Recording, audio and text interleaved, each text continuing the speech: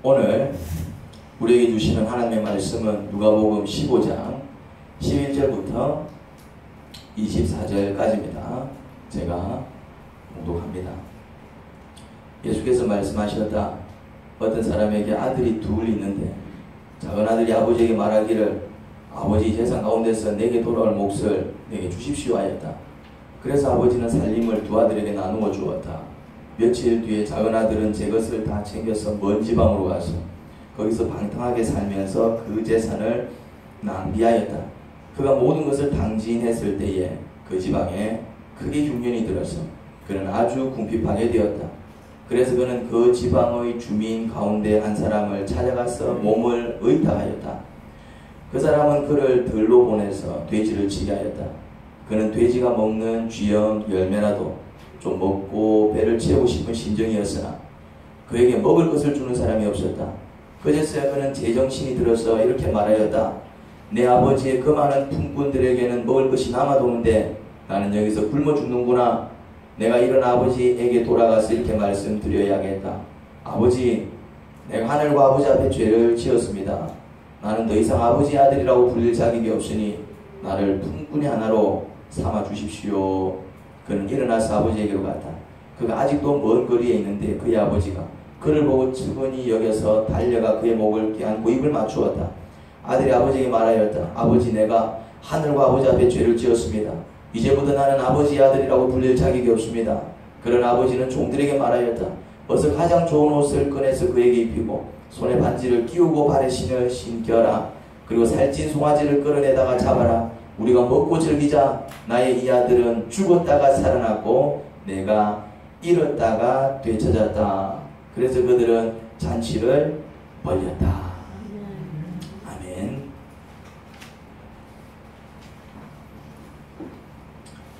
네, 오늘 본문은 돌아온 탕자 이야기입니다. 한 아버지에게 두 아들이 있었습니다. 그런데 어느 날 작은 아들이 아버지께 와서 한다는 이야기가 아버지 재산 중에 그에게 돌아올 재산을 미리 달라는 겁니다. 여러분, 유산은 언제 받는 겁니까? 부모가 돌아가시면 받는 것이요. 부모가 멀쩡하게 살아 계시는데 유산을 미리 당겨서 달라는 이야기는 이건 뭐 지금 당장 돌아가시라는 이야기입니까? 뭡니까? 이것은 정말 싸가지 없는 태도인 것입니다. 돌아가실 때까지 못 기다리겠으니 지금 당장 유산 중 자기 몫을 당겨서 달라는 이야기잖아요. 이런 경우 여러분 같으면 어떻게 하시겠습니까? 다리를 분질러 놓지 않겠습니까? 이런 아들을 가만히 둘 자가 어디 있겠습니까? 끝까지 집 나가겠다고 생떼를 쓰면 아예 부모 자식의 연을 끊어버리지 않겠습니까? 그런데 이 아버지는 어떻게 합니까? 아버지의 재산 중 작은 아들에게 돌아갈 몫을 정리해서 그에게 줍니다. 아들은 쾌재를 부르며 자기 재산을 챙겨서 먼 지방으로 가서 자기 마음대로 살지요. 비로소 자유를 누리게 된 것 같았을 것입니다. 늘 아버지 밑에서 아버지 잔소리를 듣고 아버지 눈치를 보며 사는 삶이 정말 지긋지긋했는데 이제야 아버지 품을 떠나 진정한 자유를 찾게 된 듯 했을 겁니다. 하지만 그 결과는 비참했습니다. 자기 마음대로 자기 방식대로 산 결과는 아주 비참했습니다. 가지고 있던 돈을 다 낭비하게 되었고 모든 재산을 탕진했을 때 앞불사 그 지방에 엎친 데 덮친 벽으로 크게 흉년까지 들어 그는 아주 궁핍하게 되었습니다. 밥은 먹고 살아야겠기에 어떤 사람의 집에서 그의 돼지를 치지요. 그는 돼지가 먹는 쥐염 열매라도 좀 먹고 싶었지만 그에게 먹을 것을 주는 사람은 아무도 없었습니다. 이 탕자의 아버지는 아들이 이 지경이 될 줄 알았을까요? 몰랐을까요? 알았습니다. 어떻게 알아요, 그걸? 진단하면 버려도 됩니까? 집을 나가봐서 아시는군요. 20절입니다. 20절을 보면은 쫄딱 망한 탕자가 도저히 혼자서 살 길이 없어서 거짓 신세가 되어서 아버지 집으로 돌아옵니다. 그런데 아직도 먼 거리인데 아버지는 아들을 한순간 알아보고 먼저 달려와 그를 안아줍니다. 그러면 아버지는 언제부터 마을 입구에서 아들을 기다리고 있었을까요? 아들이 집을 떠난 다음 날부터입니다. 아버지는 우연히 마을 입구에 나갔다가 아들을 만난 게 아닙니다. 아버지는 마을 입구에서 오늘은 내 아들이 돌아올까 노심초사하며 아들이 오게 되면 걸어올 그 길을 계속 쳐다보고 있었습니다. 어떻게 알 수 있습니까? 아들은 떠날 때와 완전히 다른 모습이었습니다. 완전히 다른 모습이에요. 여러분, 쫄딱 망해서 거지꼴이 되어 나타났습니다. 아무리 내 아들이어도 갈 때와 완전히 다르게 이렇게 거지가 되어서 누추한 꼴로 나타나면은 가까이에서도 쉽게 분별하기 어려울걸요. 그렇지 않습니까? 그런데 그런 아들을 저 멀리서도 알아본 것은 어떤 의미겠습니까? 아들을 기다리며 그곳을 계속 쳐다보고 있었다는 뜻이겠죠. 아버지는 아들이 쫄딱 망해서 거지가 되어 나타나게 될 것을 알고 있었습니다. 그래서 기다리고 있었습니다. 아들을 얼마나 사랑했는지 모릅니다.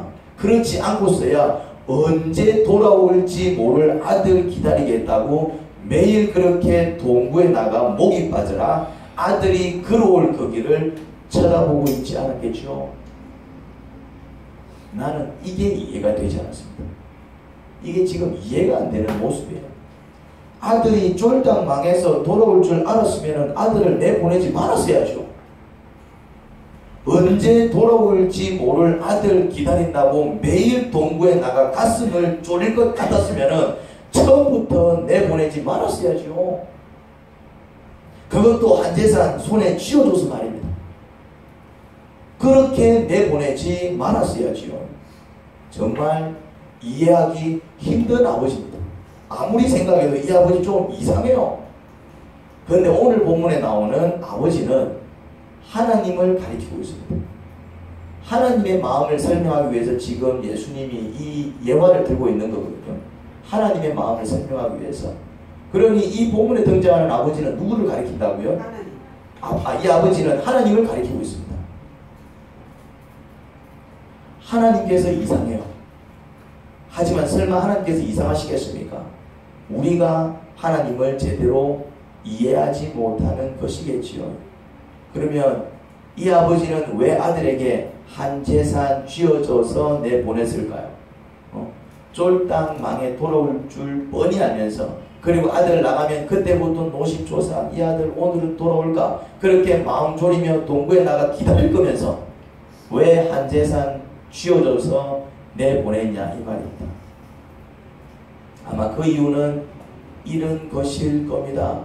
그렇게 내보낼 때 이런 마음이었을 것입니다. 그래, 정 원하면, 그게 정말 네 뜻이라면 그래, 네 마음대로 한번 살아봐. 어떻게 되나? 그래, 아유, 네 마음대로 한번 해봐. 어떻게 되나? 이걸 제가 지난 시간에 뭐라고 설명했죠? 기억납니까? 그래, 그러면은 네 마음대로 한번 해봐. 그래, 그게 네 뜻이야. 그래, 그러면 네가 한번 네 생각대로 한번 살아봐. 어떻게 되나? 제가 이걸 뭐라고 설명했죠? 기억 안 나십니까? 지난 시간에 이걸 유기라고 하죠. 유기라고 합니다. 하나님은 구원하시는 하나님이십니다. 하지만 하나님은 뭐도 하신다고요? 유기도 하십니다. 유기도 하십니다. 쫄딱 망할 줄 알매도 불구하고, 알았다니까, 망해서 거지가 되어서 돌아올 줄 알았다니까요. 그런데도 불구하고, 그래, 그러면은 네 마음대로 한번 해봐. 어떻게 되나? 그렇게 내버려 두시기도 합니다. 그러면 사랑의 하나님께서 쫄딱 망할 줄 알매도 불구하고 망하든지 말든지 상관하지 않고 내버려 두시는 이유가 뭐였을까요? 자기 아들을 망하든지 말든지 상관하지 않고 내버려 두신 이유가 뭘까요? 17절입니다. 17절. 아들이 쫄딱 망하고 비참한 지경에 이르자 어떻게 됩니까? 그게 뭐라고 적혀 있습니까? 제정신이 들었어요. 우리 아버지 집은 품꾼들도 잘 먹고 잘 지내는데 나는 여기서 굶어 죽는구나 라고 합니다. 아버지 집이 얼마나 따뜻하고 풍요로운 곳인지 깨닫게 됩니다. 이전에는 이걸 못 느꼈다 이 말이지. 이전에는 수십 년 아버지와 살면서도 이걸 못 느꼈다 이 말이지. 그런데 제정신이 들었어요. 언제? 재산 다 날려먹고 쫄딱 방에서 비참한 꼴이 되었을 때에 제정신이 들었어요. 이전에 한 번도 못 느꼈던 걸 느꼈어요. 어떻게? 아버지 집이 얼마나 따뜻하고 풍요로운 곳인지 비로소 깨달은 거예요. 그리고 그의 아버지는 품꾼이라고 관시하지 않고 품꾼조차도 배부르고 따뜻하게 먹여주시는 분인 줄 기억을 한 거예요. 수십 년 같이 살 때는 그거를 옆에서 지켜봤지만 그때는 아무 생각이 없었다니까요. 18절입니다. 자신이 죄인인 줄 깨닫습니다. 나는 하늘에 죄를 지었다. 나는 아버지한테 죄를 지었다. 이런 말을 쓰고 있죠. 무슨 말입니까? 자신이 죄인인 줄 깨닫는 것입니다. 무슨 말입니까? 아, 내가 틀렸구나. 자신이 틀린 줄 깨달은 것입니다. 여러분, 죄인인 줄 깨달았다는 말은 이런 말이에요. 아, 내가 틀렸구나. 내 생각이 잘못되었구나. 내 사는 방식이 잘못되었구나. 그걸 깨달았다는 뜻입니다. 늘 잔소리로 들리던 그 말, 그게 듣기 싫어서 아버지를 떠난 것이었는데 오히려 자신의 생각이 얼마나 어리석었는지 깨닫게 된 것입니다. 여러분, 여러분들의 생각 속에서 걸어 나오셔야 합니다. 여러분들의 생각 속에 갇혀 있으면 안 됩니다. 여러분들의 생각 속에 갇혀 있으면 하나님의 말씀이 잔소리로밖에 들리지 않습니다. 목사의 가르침이 잔소리로밖에 들리지 않아요. 누구처럼요? 탕자처럼요. 근데 그걸 언제 깨달았다고요? 쫄딱 망해서 굶어 죽기 직전이지요. 이게 하나님의 계산이었습니다. 하나님은요, 돈 몇 푼에 벌벌 떠시는 분이 아니십니다. 만약에 돈 몇 푼에 벌벌 떠시는 분이었다면 그 많은 재산을 쥐어줘서 내 보냈겠습니까? 쫄딱 망할 줄 뻔히 아는데. 하나님은 당신의 자녀가 쫄딱 망하는 것도 두려워하지 않습니다. 그런 강단도 있으시더라고요. 당신의 아들이, 당신의 자녀가 쫄딱 망해가지고 거지꼴이 되는 것조차도 두려워하지 않습니다. 왜 그럴까요? 나중에 얼마든지 다시 흥하게 해주실 수 있기 때문입니다. 하나님께서 원하시는 것은 한 가지죠. 하나님은 그런 것은 크게 염려하지 않으셨어요. 괜찮아. 네가 정신을 차리고 돌아오면 내가 다시 널 흥하게 해줄 수 있어. 잃어버렸던 재산 다시 찾게 해줄 수도 있어. 그게 아버지의 계산입니다. 아버지는 그런 데서 마음을 빼앗기고 흔들리지 않으시더라고요. 하나님께서 원하신 것은, 그 아버지가 원하신 것은 이것이었습니다. 그래, 한 재산 날려먹어도 좋다. 쫄딱 망해서 거지가 되어도 좋다. 하지만 제발 정신을 차려서 돌아와라. 더 이상 헛된 생각 속에서 헤매지 말고 진리 안에서 자유하는 자가 돼.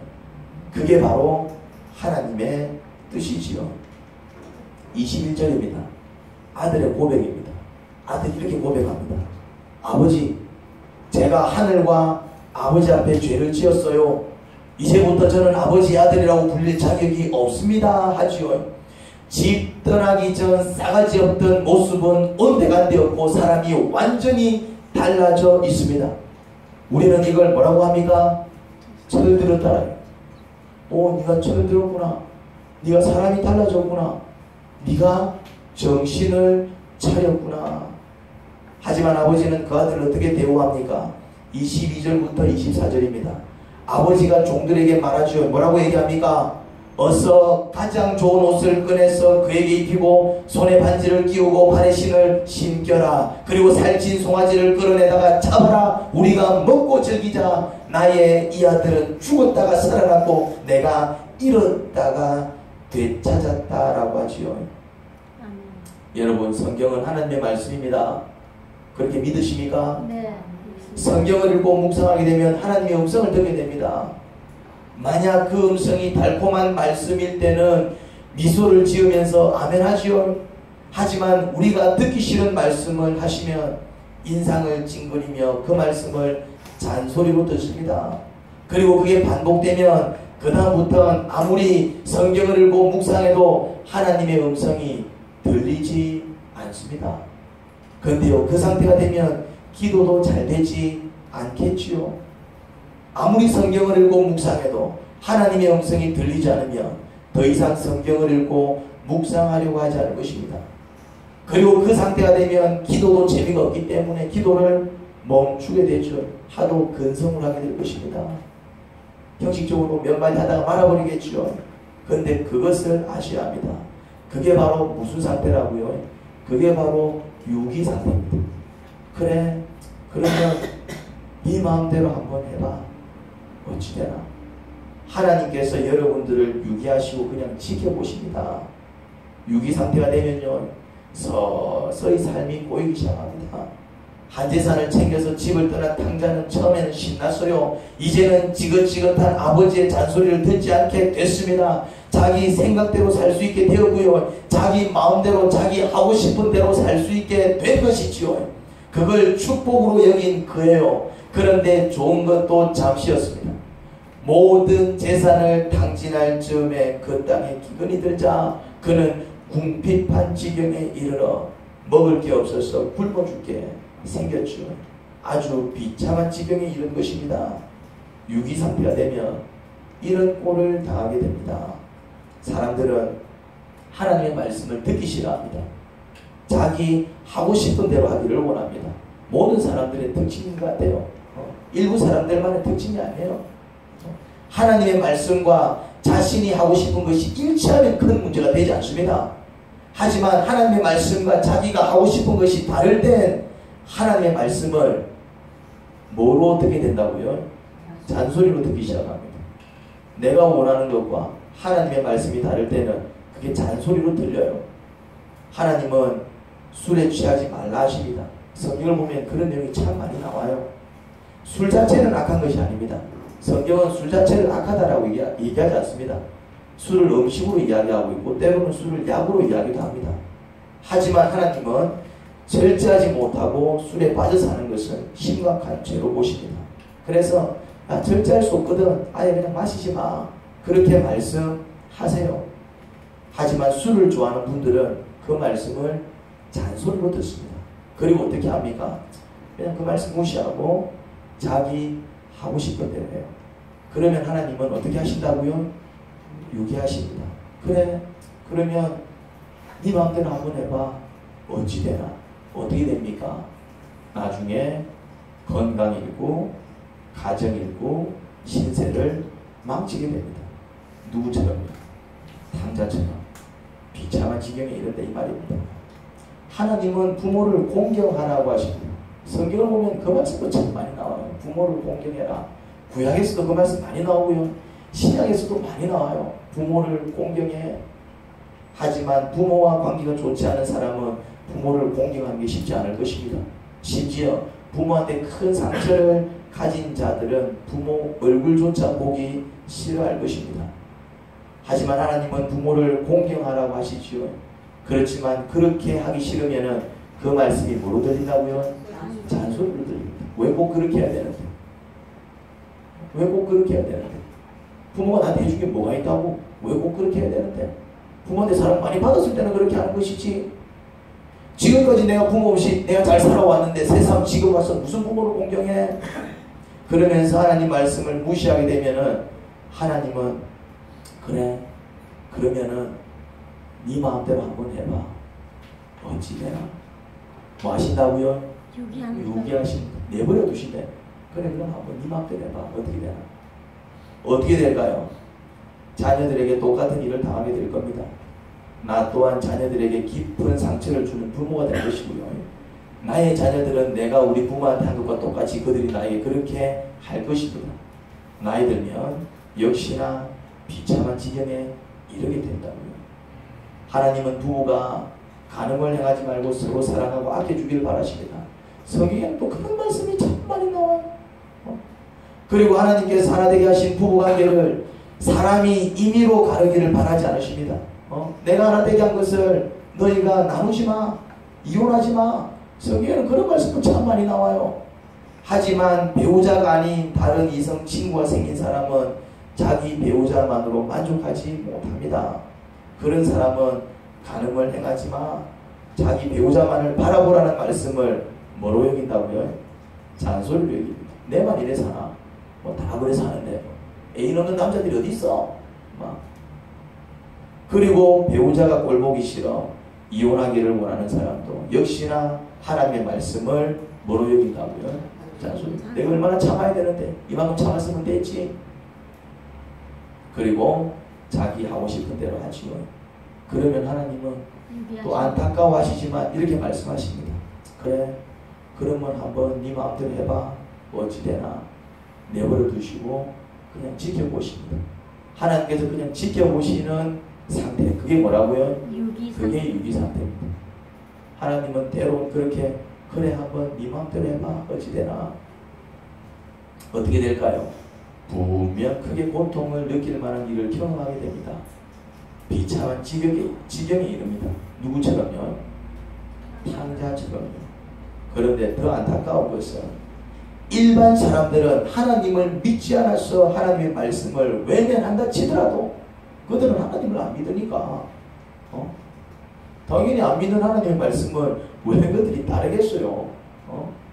따르면 좋겠지만 그들은 하나님을 믿지 않아서 하나님의 말씀을 외면한다 치더라도 일반 사람들은 하나님을 믿는다는 그리스도인들조차도 하나님 말씀을 그다지 좋아하지 않습니다.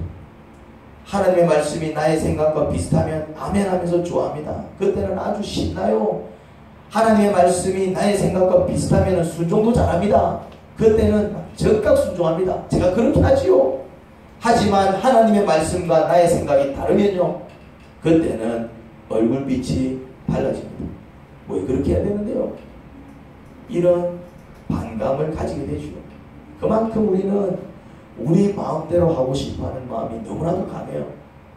하나님께서 그 마음을 꺾기 위해서 우리를 유기하십니다. 그래, 그러면 네 마음대로 한번 해봐. 어떻게 되나? 그러시더라고요. 하나님께서 우리를 유기하시면 우리는 분명 비참한 꼴을 당하게 되어 있습니다. 하나님의 말씀을 무시하고 우리 좋을 대로 일을 처리하게 되면 당장에는 좋을지 몰라도 서서히 삶이 꼬입니다. 그러다 어느 순간에 우리가 견디기 어려운 큰 고통을 경험하게 됩니다. 비참한 지경에 이른다고. 하지만 그때 기억하셔야 됩니다. 그때 기억해야 될 게 있습니다. 그때 비참한 지경에 이르렀을 때에 큰 아픔과 고통을 겪게 되었을 때에 그때 기억을 하셔야 돼요. 뭘 기억하셔야 되느냐 하면은 하나님의 유기는 영원한 유기가 아님을 기억하셔야 됩니다. 버리고 완전히 땡쳐버리는 유기가 아닙니다. 한번 그렇게 열을 끊어버리고 그렇게 나가버리면은 다시 쳐다보지 않으시는 그런 하나님이 아니시다 이 말이죠. 하나님의 유기는 그래 한번 해봐. 네 마음대로 해봐. 내버려 두시지만은 그 하나님의 유기는 여러분들이 다시 돌아오기를 간절히 바라시는 유기입니다. 유기하셨지만 다시 돌아오면 언제든지 다시 받아주실 준비를 하고 계십니다. 탕자가 다시 집에 돌아오자, 거지꼴이 되어서 집에 다시 돌아오자 그 많은 재산 다 날려보고 그렇게 돌아왔을 때 아버지는 그 아들을 받아줄지 말지 고민합니까? 내가 저거를 받아줘야 돼 말아야 돼 고민하십니까? 아니요. 아니면 이놈의 새끼 재산 챙겨서 집 나갈 때는 언제고 쫄딱 망해가지고 오갈 데 없으니 집에 들어와. 야 집이 네 맘대로 나가고 들어가는 곳인 줄 알아. 야 저놈 당장 쫓아내. 그러지 않으셨습니다. 기다리고 계시다. 기다리고 계시다가 저 멀리서 걸어오는 아들을 그것도 거지꼴이 되어 갈 때와 완전히 다른 모습이었건만 그 아들을 먼저 알아보고 달려가서 안아주시지 않습니까? 하나님은 그런 하나님이십니다. 할렐루야. 아멘. 하나님 없이 살아가는 인생이 어떠한지 알게 하시려고 하나님 말씀을 외면하고 자기 마음대로 사는 인생이 얼마나 끔찍한지 그거 알려주시려고 하나님도 허벅지를 도려내는 아픔을 느끼지만 사랑하는 아들 정신 차리고 철들길 바라셔서 유기하시는 것입니다. 여러분들을 보면 정말 하나님 말씀을 듣기 싫어합니다. 하나님의 뜻이 뭔지 성경을 통해 알려줘도 한쪽 귀로 듣고 한쪽 귀로 흘려요. 그냥 자기 하고 싶은 대로 하고 싶어 하지요. 하나님의 말씀이 여러분의 뜻과 너무나도 다른 것 때문에 여러분들은 무척 괴로워하고 힘들어합니다. 괜찮습니다. 어찌하겠습니까? 내 마음, 이 내 마음조차도 내 마음대로 되지 않는 것은 마음대로 안 되잖아요. 내 마음조차도 여러분 하고 싶은 대로 하시기 바랍니다. 그냥 하시기 바랍니다. 어쩌겠어요? 집 나가겠다는데 무조건이야 말이지. 지가 장사를 해보겠다는데 어쩌겠어 말이지. 지가 그렇게 하겠다는데 이미 결심이 있었고 각오가 있었고 아버지가 잔소리를 한두 번 했겠어요. 얘기하면 다 잔소리를 듣는데 그냥 여러분 하고 싶은 대로 하시기 바랍니다. 하지만 여러분들이 하나님의 뜻을 무시하고 하고 싶은 대로 하게 될 때에 하나님은 여러분들을 유기하십니다. 그래 한번 해봐. 한번 해봐. 그래 한번 해봐. 웃는 이유는 뭡니까? 이번에 했거든요. 그러면 분명 큰 고통을 겪게 되는 일을 겪습니다. 비참한 지경에 이르지만 그때 유기하셨지만 언제든지 다시 돌아오면 하나님은 다시 여러분들을 일으켜 주실 겁니다. 진짜입니다. 그리고 한번 그런 일을 겪고 돌아오면 설도 함께 들어있죠. 그러면 그때부터는 목에 칼이 들어와도 하나님 말씀에 순종하려고 하는 것입니다. 그때부터는 목에 칼이 들어와도 하나님을 떠나려고 하지 않을 것입니다. 비참한 지경에 이르러 오갈 데 없던 당자가 아버지 집 품꾼이나 되자 싶어 하지만 처음에는 그래도 염치가 있어가지고 아들 대우는 생각도 못했어요. 그냥 품꾼으로 써주십시오. 품꾼만으로 써주는 게 어디야. 그럼 밥 먹고 살겠지. 그런 마음으로 왔다니까요. 이거는 웬걸 다시 아들처럼 받아주시는 아버지의 사랑을 받고 그가 어떻게 살았을까요? 그때부터는 그가 어떻게 살았을 것 같아요? 더 이상의 이야기는 나오지 않아요. 더 이상의 이야기는 나오지 않지만 아버지한테 아주 잘하지 않았을까요? 그런 일을 겪고 돌아온 뒤에는 아주 가정적이고 건실한 청년이 되지 않았을까요? 우리도 그렇게 됩니다. 여러분, 처음부터 신앙 좋은 사람 어디 있습니까? 처음부터 신앙 좋은 사람이 어디냐고요? 처음부터 하나님 말씀대로 사는 사람들이 어디 있어요? 그래 살면 좋지. 여러분들도 처음부터 신앙 안 좋았잖아. 여러분들도 처음부터 하나님 말씀대로 안 살았잖아요. 그래서 이런 일 저런 일 많은 일 겪고 천부의 의지 없어서 두 손 들고 온 거 아닙니까? 부끄럽지만 저도 마찬가지예요. 앞에서 설교하는 사람이고 하나님 뜻대로 살아야 됩니다. 그걸 강조하면서 가르치는 사람이지만 저도 유리방황하던 시절이 있었어요. 모든 사람들이 자기 하고 싶은 대로 삽니다. 왜요? 지 마음대로 사는 사람들이 이해가 안 됩니까? 왜 쟤는 처리 안 될까? 왜 쟤는 아직까지도 저 모양일까? 왜 신앙이 여전히 저 모양이지? 이해가 안 됩니까?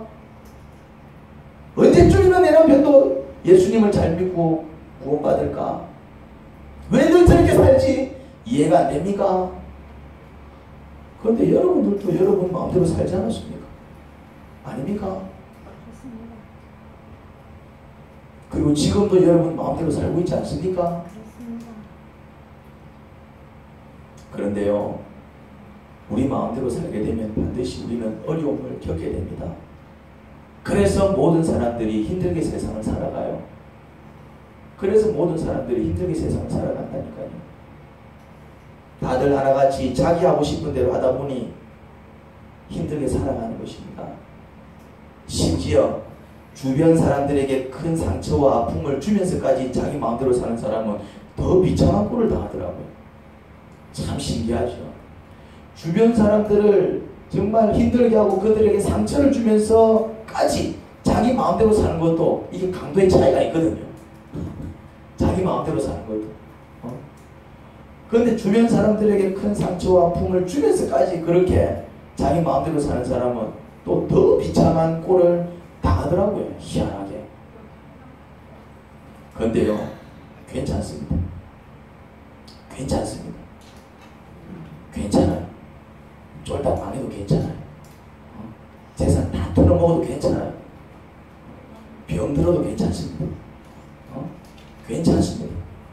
그렇게 깨지고 자빠지고 넘어져서 정말 오갈 데 없는 비참한 지경에 이르거든 아버지를 찾아가시면 됩니다.